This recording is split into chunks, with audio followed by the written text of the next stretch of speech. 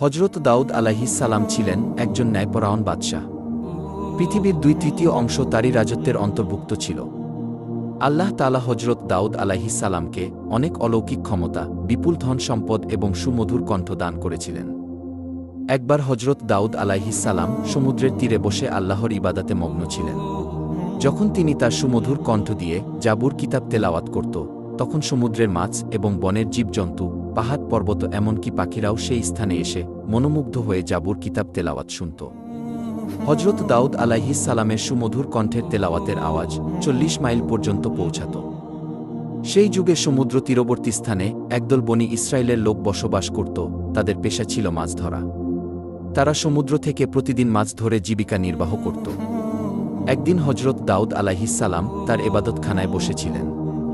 তখন আল্লাহ রব্বুল আলামিন এক গায়েবী আওয়াজের মাধ্যমে তাকে জানিয়ে দিলেন, হে দাউদ, তুমি তোমার উম্মতকে বলে দিও, তারা যেন শনিবার দিন ব্যবসা বাণিজ্য বন্ধ করে আল্লাহর এবাদত করে এবং মাছ ধরা থেকে বিরত থাকে। কেননা ওই দিন তোমাদের জুমার দিন অর্থাৎ এবাদতের দিন হিসেবে আমি ঘোষণা করেছি। অতঃপর দাউদ আলাইহিস সালাম আল্লাহ রব্বুল আলামিনের কাছ থেকে এই আদেশ পেয়ে বনি ইসরায়েলদের ডেকে বলল, হে বনি ইসরায়েলবাসী, তোমরা শনিবার দিন আল্লাহর এবাদত করবে এবং সমস্ত ব্যবসা বাণিজ্য ও মাছ শিকার থেকে বিরত থাকবে। মহান আল্লাহ রব্বুল আলামিনকে ভয় করো এবং আল্লাহর কথা মেনে চলো, তাহলে তোমাদের কল্যাণ হবে। এই কথা বলে হজরত দাউদ আলাইহিস সালাম সেখান থেকে চলে গেল। দেশের অধিকাংশ মানুষ হজরত দাউদ আলাইহিস সালামের উপদেশ যথাযথভাবে পালন করত, শরীয়তের আইন মেনে চলত এবং দেশের আইনের প্রতি শ্রদ্ধা রাখত। কিন্তু সমুদ্রের তীরবর্তী স্থানের একদল বনি ইসরায়েলের লোক, তারা প্রথম দিকে শরীয়তের আইন মেনে চলত, কিন্তু পরবর্তীকালে বিভিন্ন চালাকি পন্থা অবলম্বন করল। শনিবার দিন আল্লাহর এবাদত করার জন্য সবাই দলে দলে চলে গেল। কিন্তু বনি ইসরায়েলের কিছু সংখ্যক লোক এবাদতখানায় না গিয়ে লুকিয়ে লুকিয়ে সমুদ্রের তীরে গিয়ে হাজির হল। তারা দেখল শনিবার দিন সমুদ্রের তীরে প্রচুর পরিমাণে মাছ এসে আপনা আপনি ডাঙায় উঠে পড়েছে। এটা দেখে তাদের মনে মাছ ধরার লালসা জেগে উঠল। তারা বলতে লাগল, সপ্তাহের আর কোনো দিনই এমন মাছ দেখা যায় না, তাই শনিবার দিন আমাদের মাছ ধরা উচিত, তাহলে সপ্তাহের আর কোনো দিন মাছ ধরার দরকার হবে না। তখন অপর একজন বলল, কিন্তু কিভাবে? তারপর ওই ব্যক্তিটি বলল, সমুদ্রের এই তীরে আমরা বড় বড় কিছু কূপ তৈরি করব এবং সেগুলোতে জাল পেতে রাখব। পরের দিন এসে ওই মাছগুলো ধরে নিয়ে যাব। এই কথা বলার পর তারা বাড়ির দিকে রওনা করল। অতঃপর এই পরিকল্পনা অনুসারে তারা কাজ শুরু করল। আল্লাহর আইন অমান্য করে তারা এভাবেই মাছ ধরতে লাগল। তারা দেখল আল্লাহর পক্ষ থেকে কোনো বিপদ আসেনি, তাই তাদের সাহস আরও বেড়ে গেল। এরপর অনেক দিন এভাবেই মাছ ধরে তারা প্রচুর ধন সম্পদের মালিক হয়ে গেল। অপরদিকে এই বংশের অনেক লোক ছিল, তারা শরীয়তের আইন মেনে চলত, মহান আল্লাহ রব্বুল আলামিনকে ভয় করে চলত। তাই তারা সকলেই একদিন ওই লোকগুলির নিকটে হাজির হল এবং বলল, প্রিয় ভাইয়েরা, আপনারা শনিবারে মাছ ধরা বন্ধ করুন, কেননা আল্লাহ তাআলা এই দিনটিকে এবাদাতের জন্য নির্বাচন করেছেন। এই হুকুম অমান্য করলে আপনাদের বিপদ নেমে আসতে পারে।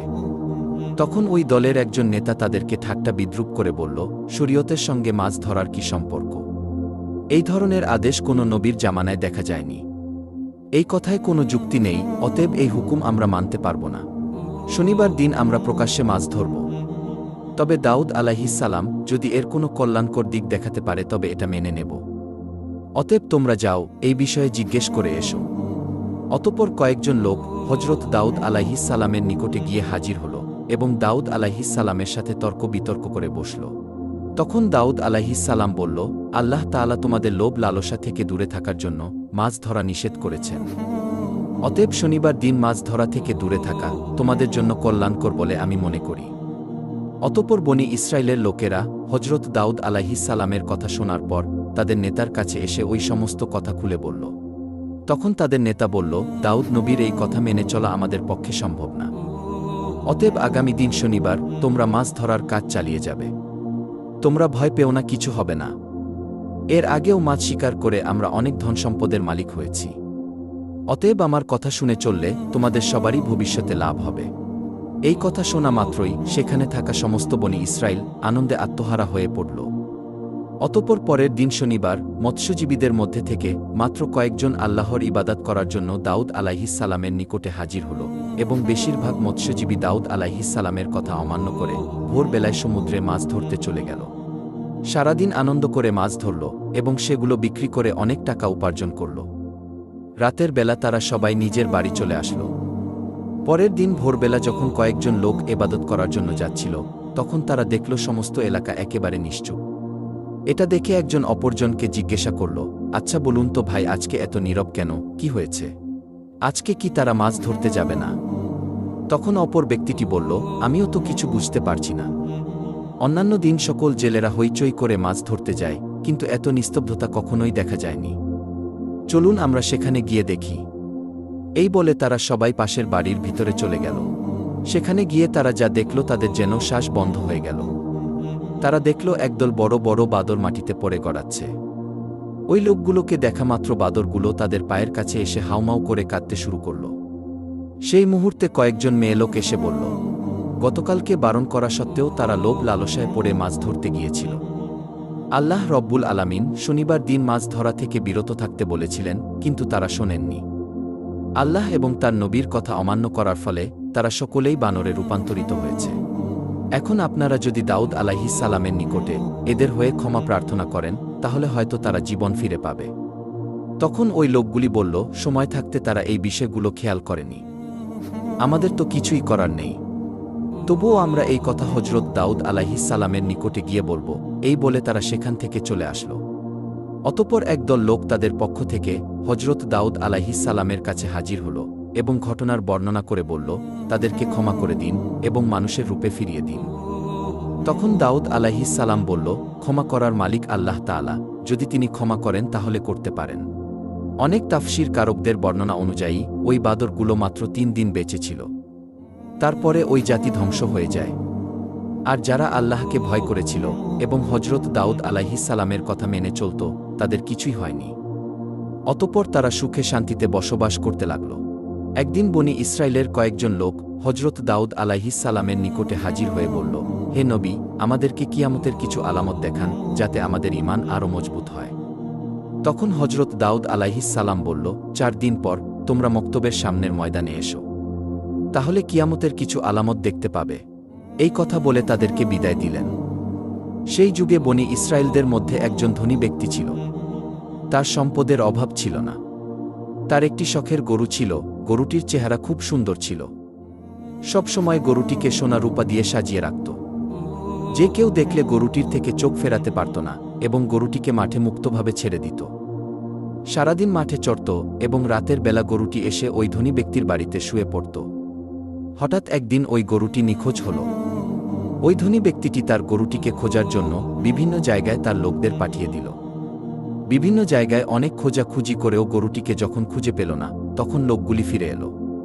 তখন ধনী ব্যক্তিটি বলল, যে ব্যক্তি আমার এই গরুটিকে খুঁজে আনতে পারবে তাকে 100 স্বর্ণমুদ্রা পুরস্কার দেওয়া হবে। এই ঘোষণা করার পর দেশের বিভিন্ন জায়গায় অনেক লোক গরুটিকে খোঁজার জন্য ব্যস্ত হয়ে পড়ল। সেই যুগে বনি ইসরায়েলদের মধ্যে অনেক নেককার এবং আল্লাহওয়ালা অনেক বুজুর্গ ছিল। তাদের মধ্যে একজন নেককার বুজুর্গ মহিলা ছিল। তিনি ছিলেন অত্যন্ত ধর্মপ্রাণ। দিনরাত আল্লাহর ইবাদতে মগ্ন থাকত। ওই বুজুর্গ মহিলা এবং তার একমাত্র ছেলে জঙ্গলের মাঝে একটি ছোট্ট ঘর বানিয়ে বসবাস করত। তাদের ঘরের পাশ দিয়ে একটি পানির নহর প্রবাহিত হতো। যখন তাদের ক্ষুধা পেত, ওই নহরের কাছে গিয়ে পেট ভরে পানি পান করত, আর তাতেই তাদের ক্ষুধা নিবারণ হতো। কিছুদিন পর ওই বুজুর্গ মহিলার ছেলে পানির নহরের পাশে গিয়ে দেখল সেখানে কয়েকটি আনার গাছ জন্মেছে। এটা দেখে খুব খুশি হয়ে বাড়িতে ফিরে আসল। কয়েকদিন পর আবারও ওই স্থানে গিয়ে দেখল আনার গাছে ফল ধরেছে। তখন ছেলেটি ফলগুলো নিয়ে বাড়িতে চলে আসলো এবং মা ও ছেলে দুজনেই পেট ভরে ফলগুলো ভক্ষণ করল। এভাবেই তারা নহরের পানি আর গাছের ফল খেয়ে তাদের দিন চলে যেত। বুজুর্গ মহিলা ও তার ছেলে অনেক বছর ওই গাছের ফল আর নহরের পানি পান করে এবং আল্লাহর ইবাদত করে অতিবাহিত করল। একদিন এই মহিলার ছেলে তার মাকে বলল, মা, আমরা এত বছর একই খাবার খাচ্ছি। এখন আমার ইচ্ছা হয় আমরা বাজার থেকে অন্য খাবার কিনে খাই। তখন তার মা বলল, তুমি টাকা কোথায় পাবে? ছেলেটি বলল, আনার গাছ থেকে কিছু আনার নিয়ে বাজারে যাব এবং সেগুলো বিক্রি করে যে টাকা পাব তা দিয়েই খাবার কিনে নিয়ে আসব। তখন তার মা বলল, শোনো বাবা, মহান আল্লাহ তাআলা সন্তুষ্ট হয়ে যে খাবার আমাদের দিচ্ছে তার উপর আমাদের খুশি থাকা উচিত। অতিরিক্ত কিছু চিন্তা করা আমাদের জন্য উচিত হবে না। আমাদের নতুন কোনো খাদ্যের দরকার নেই। মায়ের এমন কথা শুনে ছেলেটি সন্তুষ্ট হল না, বারে বারে একই কথা বলতেছে। তখন তার মা বিরক্ত হয়ে বলল, তোমার যা ইচ্ছা তাই করো। অতঃপর পরের দিন ওই মহিলার ছেলে আনার গাছ থেকে কিছু ফল নিয়ে বাজারে গেল। ফলগুলো বিক্রি করে যে টাকা পেল সেটা দিয়েই অনেক খাবার কিনে বাড়িতে ফিরে আসলো। তার মা খাবারগুলো দেখে কোনো খাবারই ভক্ষণ করল না। ছেলেটি বলল, শোনো মা, তুমি যদি কোনো কিছু না খাও তাহলে আমিও খাব না। তখন বাধ্য হয়ে তার মা কিছু খাবার ভক্ষণ করল। অতঃপর এভাবেই সে দিন অতিবাহিত হল। পরের দিন সকালবেলা ওই বুজুর্গ মহিলার ছেলে আনার গাছের সামনে গিয়ে দেখল আনার গাছে কোনো ফল ধরেনি। এটা দেখে ছেলেটি হতাশ হয়ে বাড়িতে ফিরে আসলো এবং তার মাকে বলল, মা, হঠাৎ করে আজকে থেকে দেখছি আনার গাছে কোনো ফল ধরেনি। ছেলের এমন কথা শুনে তার মা আর কিছুই বলল না। অতঃপর এভাবেই 3 দিন অতিবাহিত হয়ে গেল, কিন্তু গাছে কোনো ফল এলো না। অবশেষে তারা খুবই ক্ষুধার্ত হয়ে পড়ল। অতঃপর মা ও ছেলে দুশ্চিন্তায় এদিক ওদিক ঘোরাঘুরি করতে লাগল। এমন একটি সময় তারা দেখল একটি সুন্দর স্বাস্থ্যবান গরু তাদের বাড়ির সামনে দাঁড়িয়ে আছে। এটা দেখে মা ও ছেলে তাড়াতাড়ি তাদের বাড়ির সামনে আসলো। আল্লাহর হুকুমে তখন গরুটি কথা বলতে শুরু করল। গরুটি বলতে লাগল, আপনারা আমাকে জবাই করে আমার গোশত ভক্ষণ করুন। আল্লাহ তাআলা আমার গোশত আপনাদের জন্য হালাল করেছেন। অতএব হালাল গোশত খেতে আপনাদের আপত্তি থাকা উচিত নয়। গরুর মুখে এমন কথা শুনে মা ও ছেলেটি খুবই দুশ্চিন্তায় পড়ে গেল। তখন ওই বুজুর্গ মহিলা বলল, জানি না এই গরুটি কার, কোথা থেকে আসলো, আর এই গরুর গোশত খেয়ে আমরা কোন বিপদে না পড়ি। তখন ছেলেটি বলল, গরু নিজেই বলছে সে আমাদের জন্য হালাল। অতএব কোনো অপরাধ হলে তা হবে গরুর, আমাদের হবে না। মা, এই গরুটি জবাই করে আমরা গোশত খেয়ে ক্ষুধা নিবারণ করি, এসবই আল্লাহর ইচ্ছা। আল্লাহ তাআলা এই ফল বন্ধ করে হয়তো আমাদের জন্য এই গরুটি পাঠিয়ে দিয়েছে। বুজুর্গ মহিলাটি ছেলের কথায় শেষ পর্যন্ত রাজি হয়ে গেল। অতঃপর গরুটি জবাই করার জন্য যখন গরুটির কাছে এলো, গরুটি তার ঘাড় মাটির সাথে মিশিয়ে দিল। তখন ছেলেটি একাই গরুটিকে জবাই করল। অতঃপর সমস্ত কাজ সম্পন্ন করল। অবশেষে গরুর গোশতগুলো কাবাব করে তারা ভক্ষণ করল এবং কিছুটা পরের দিনের জন্য রেখে দিল। এদিকে বনি ইসরায়েলের সেই ধনী ব্যক্তিটি একজন মহিলাকে তার গরু খোঁজার জন্য বাড়ি বাড়ি গিয়ে তল্লাশি করার জন্য নির্দেশ দিল। অতঃপর সেই মহিলাটি গরু খুঁজতে খুঁজতে জঙ্গলের মাঝে নির্জন এলাকায় ওই বুজুর্গ মহিলার বাড়ির সামনে এসে দেখল একটি গরুর চামড়া এবং জরাজীর্ণ হাড্ডি সেখানে পড়ে রয়েছে। এটা দেখে সে অনেকটাই আশাবাদী হল। অতঃপর মহিলাটি দেরি না করে তাদের বাড়ির ভিতরে গিয়ে দেখল বুজুর্গ মহিলা এবং তার ছেলে গরুর মাংসের কাবাব খাচ্ছে। এটা দেখে ওই মহিলাটি বলল, আমি খুবই ক্ষুধার্ত, আপনারা আমাকে কিছু কাবাব খেতে দিন। এটা শুনে বুজুর্গ মহিলা ওই মহিলাকে কিছু খাবার খেতে দিল। তখন ওই মহিলাটি বলল, বাহ, খুবই সুস্বাদু এই কাবাব খেতে, আমি কিছু বাড়ি নিয়ে যাব, বাড়ি গিয়ে মজা করে খাব। এই বলে তিনি সেখান থেকে চলে আসল। অতঃপর ওই মহিলাটি বাড়ি না গিয়ে সোজা ওই ধনী ব্যক্তির নিকটে উপস্থিত হল এবং বলল, হুজুর, আপনি যে গরুটি খুঁজছেন আমি তার সন্ধান নিয়ে এসেছি। এখন আপনি আমার প্রাপ্য টাকা দিয়ে দিন। তখন ধনী ব্যক্তিটি তার প্রাপ্য টাকা দিয়ে বলল, কোথায় আমার সেই শখের গরু? তখন মহিলাটি বলল, আপনার গরু জীবিত নেই, তবে যারা নিয়েছে তাদের সন্ধান দিতে পারি। ধনী ব্যক্তি বলল, তুমি বলো কারা সেই লোক? তখন মহিলাটি বলল, এই জঙ্গলের নির্জন এলাকায় একজন বৃদ্ধা এবং তার ছেলে একটি ছোট্ট ঘর বানিয়ে থাকে এবং সেখানে ইবাদতের নামে মিথ্যা মিথ্যা ভান করে চুরি ডাকাতি করে। আপনার গরুটিকে তারা জবেহ করে কাবাব করে খেয়ে ফেলেছে। গরুর চামড়া এবং হাড় এখনও বাইরে পড়ে আছে, এই দেখুন তার প্রমাণ। আপনি এখনই আপনার লোক পাঠিয়ে তাদেরকে বন্দী করুন। অতঃপর ধনী ব্যক্তিটি দেরি না করে হজরত দাউদ আলাইহিস সালামের নিকটে হাজির হল এবং সম্পূর্ণ ঘটনা খুলে বলল। তখন হজরত দাউদ আলাইহিস সালাম তার লোকদের হুকুম করল, তোমরা যাও ওই বৃদ্ধা এবং তার ছেলেকে এখানে ধরে নিয়ে আসো। কিছুক্ষণ পর হজরত দাউদ আলাইহিস সালাম যখন এবাদতখানায় ছিলেন, তখন হঠাৎ হজরত জিব্রাইল আলাইহিস সালাম আগমন করলেন এবং বললেন, হে আল্লাহর খলিফা হজরত দাউদ আলাইহিস সালাম, আপনার নিকটে বনি ইসরায়েলের ধনী ব্যক্তি যে অভিযোগ করেছে সেটা বিশাল এক রহস্য। এই ধনী ব্যক্তি একসময় ওই বৃদ্ধার স্বামীর চাকর ছিল। বৃদ্ধার স্বামী একসময় বিশাল বড় ব্যবসায়ী ছিল। একদিন ওই বৃদ্ধার স্বামী এই ধনী ব্যক্তিকে নিয়ে ব্যবসার উদ্দেশ্যে সিরিয়া সফর করেন। অনেক পথ অতিক্রম করার পর তারা ক্লান্ত হয়ে পড়েছিল, তাই একটি নির্জন জায়গায় বিশ্রাম করছিল। তখন তার মাথায় খারাপ চিন্তা আসে এবং ওই বৃদ্ধার স্বামীকে ঘুমান্ত অবস্থায় হত্যা করে, আর সমস্ত ছাগলসহ আরও মালামালগুলো নিয়ে মিশরে চলে যায়। সেখানে সমস্ত কিছু বিক্রি করে শুধুমাত্র এই গরুটি ছাড়া, যার ফলে বিশাল অর্থের মালিক হয়ে যায়। দেশে ফিরে খুব অল্প সময়ে মিথ্যা প্রচার করে সমাজের একটি ধনী ব্যক্তিতে পরিণত হয়। এখন যে গরুটি বৃদ্ধা এবং তার ছেলে জবাই করে খেয়ে ফেলেছে সেটি ওই বৃদ্ধার স্বামীর গরু ছিল। আর এখন ওই ধনী ব্যক্তির যে বিপুল ধনসম্পদ আছে সেগুলো ওই বৃদ্ধার স্বামীর অর্জন করা হালাল সম্পদ। অতএব এই ঘটনাকে সম্মুখে রেখে আপনি ন্যায় বিচার করবেন। এই কথা বলে হজরত জিব্রাইল আলাইহিসসালাম সেখান থেকে বিদায় নিলেন। কিছুক্ষণ পর হজরত দাউদ আলাইহিসসালামের লোকজন ওই বৃদ্ধা এবং তার ছেলেকে তার দরবারে নিয়ে হাজির হল। তখন হজরত দাউদ আলাইহিসসালাম বললেন, সবাইকে বলে দাও, এই ঘটনার উপযুক্ত বিচার আগামী দিন ময়দানে করব এবং সবাইকে কিয়ামতের আলামত দেখাব। এই কথা শুনে সবাই বিদায় নিল। পরের দিন সবাই একে একে ময়দানে জমায়েত হতে শুরু করল।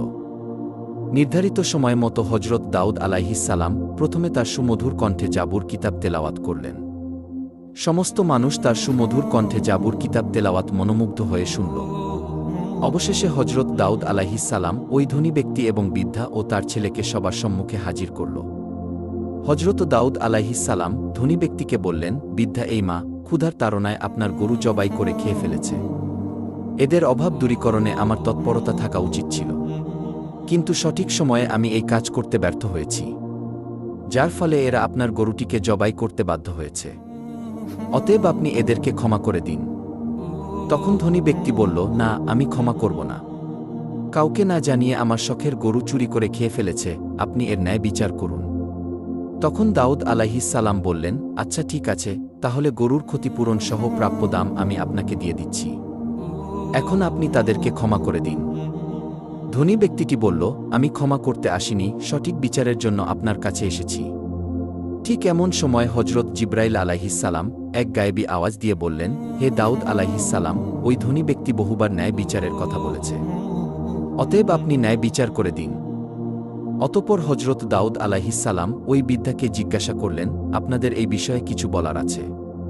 তখন বৃদ্ধা বলল, হুজুর, আমার স্বামী একজন নেককার ব্যবসায়ী ছিলেন। তিনি চিরদিন ব্যবসার অর্ধেক লাভের টাকা গরিব দুঃখীদের দান করতেন। কিন্তু একদিন ব্যবসার উদ্দেশ্যে সিরিয়া যাত্রা করেন, তারপর থেকে আর কখনোই ফিরে আসেনি। আমি তখন আমার একমাত্র ছোট্ট ছেলেকে নিয়ে খুবই চিন্তিত হয়ে পড়ি।